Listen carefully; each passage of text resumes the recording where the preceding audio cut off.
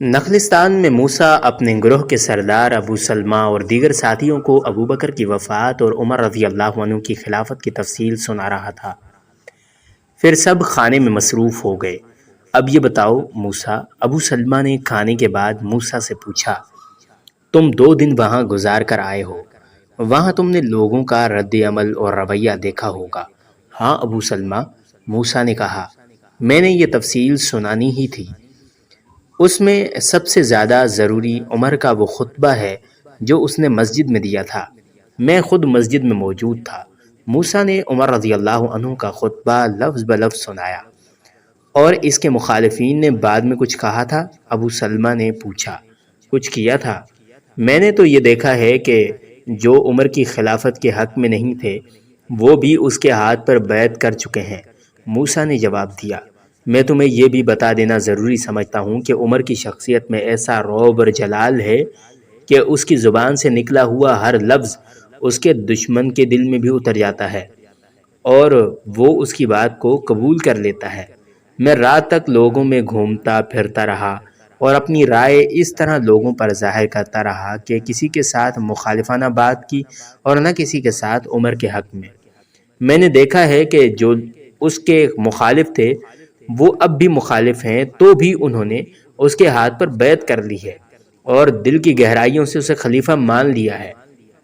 ایک صورتحال ایسی ہے جس سے ہم فائدہ اٹھا سکتے ہیں، وہ یہ ہے کہ عراق اور شام کے محاذوں پر مسلمانوں کے لشکر کچھ کمزور پڑ گئے ہیں اور مدینہ میں کچھ لوگ ایسے ہیں جو فارسیوں کی جنگی قوت سے خائف ہیں۔ ہاں، اسحاق نے کہا، محاذوں کی اس صورتحال سے ہم یہ فائدہ اٹھا سکتے ہیں کہ مدینہ اور گرد و نواح کے لوگوں میں فارسیوں کا خوف پیدا کر دیں۔ اس سے یہ فائدہ ہوگا کہ لوگ محاذ پر جانے سے ہچکچائیں گے۔ یہ تو تم سب کو معلوم ہے کہ مسلمانوں کی کوئی باقاعدہ فوج نہیں، نہ ان کے پاس تنخواہ دار سپاہی ہیں۔ یہ تو جہاد کا اعلان کرتے ہیں اور مسلمان جوک در جوک جہاد کو فرض سمجھتے ہوئے اکٹھے ہو جاتے ہیں۔ آگے ان کے سالاروں کی عسکری فہم و فراست ہے کہ وہ ان لوگوں کو فوراً ایک باقاعدہ فوج کی صورت میں منظم کر لیتے ہیں اور ایسے طریقے سے لڑاتے ہیں کہ فتح ان کے قدموں میں آ گرتی ہے۔ ہم لوگوں کو جہاد سے ہٹا سکتے ہیں؟ ناممکن، ایک نصرانی بولا۔ جہاد کو یہ لوگ مذہبی فریضہ سمجھتے ہیں، ہمیں ناممکن کو ممکن کر دکھانا ہے۔ ابو سلمہ نے کہا، میں پہلے بھی کہہ چکا ہوں اور بار بار کہہ چکا ہوں کہ کوئی بھی کام آسان نہیں ہوتا، اسے آسان بنایا جاتا ہے۔ ہم نے مسلمانوں کے خلاف لڑائی نہیں لڑنی، ہم نے ایک ایسی تلوار سے ان کے عقیدے کو کاٹنا ہے جو نظر نہیں آتی۔ ابو سلمہ نے ابو داؤد سے پوچھا، حبیب بنت یامین کو مدینہ کب لے کر جا رہا ہے؟ کل یا پرسوں؟ تم کل صبح روانہ ہو جاؤ۔ ابو سلمہ نے ابو داؤد سے کہا، مدینہ پہنچو اور ان دونوں کا انتظار کرو، وہ پہنچ جائیں تو ان کے ساتھ رہو۔ حبیب بھی عمر کے ہاتھ پر بیعت کرے گا، تم بھی اس کے ساتھ رہنا۔ آگے تمہیں معلوم ہے کہ کیا کرنا ہے، ہمارا تمہارے ساتھ رابطہ رہے گا۔ حبیب ابن کعب اپنی نئی نویلی دلہن بنت یامین کو ساتھ لے کر مدینہ چلا گیا۔ وہاں اس کا اپنا مکان تھا، اس مکان سے پتہ چلتا تھا کہ وہ صاحب حیثیت ہے۔ وہ وہاں پہنچا ہی تھا کہ ابن داؤد بھی آ گیا۔ میں تمہارے پاس زیادہ دن نہیں ٹھہروں گا ابن داؤد نے حبیب ابن کعب سے کہا، میں اپنی بیٹی کو دیکھنے آیا ہوں۔ تم نے مجھ غریب پر جو کرم کیا ہے وہ میں ساری عمر نہیں بھول سکوں گا، اور میں اس کا صلہ دینے کے بھی قابل نہیں، اور میں نے اگر کرم کیا ہے تو صلہ کی توقع پر نہیں کیا۔ حبیب ابن کعب نے کہا، تم مجھے صلہ دے چکے ہو، بنت یامین سے قیمتی صلہ اور کیا ہوگا، اور میں امید رکھوں گا کہ یہ میرے ساتھ وفاداری کرے گی۔ میرے باپ نے اپنی بیٹی آپ کے حوالے کی ہے۔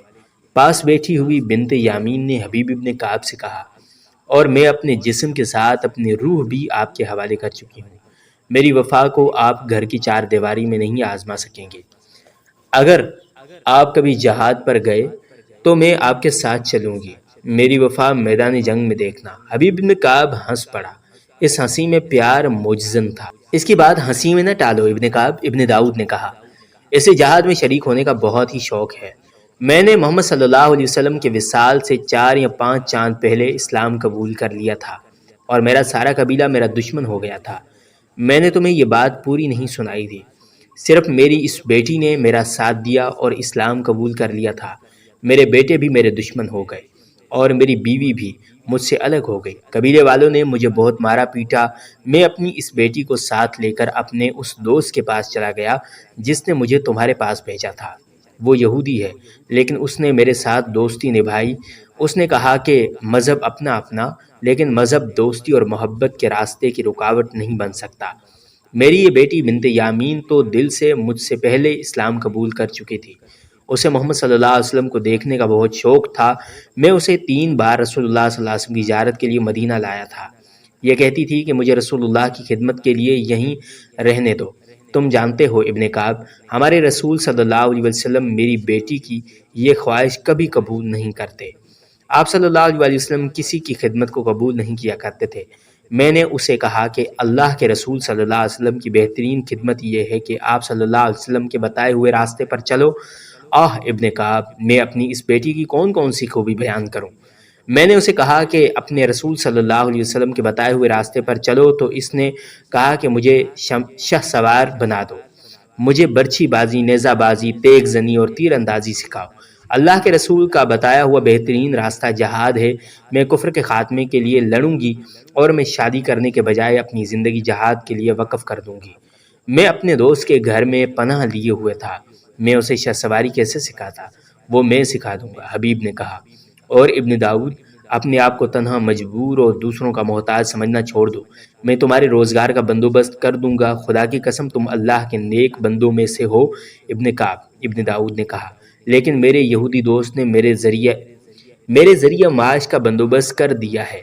اب میں نہ اس پر بوجھ بنوں گا نہ تم پر، میں اپنی کھوئی ہوئی حیثیت حاصل کر لوں گا۔ میں ایک بات کہوں گا ابن داؤد، حبیب نے کہا، اگر تم ایک یہودی کا احسان نہ لیتے تو اچھا تھا۔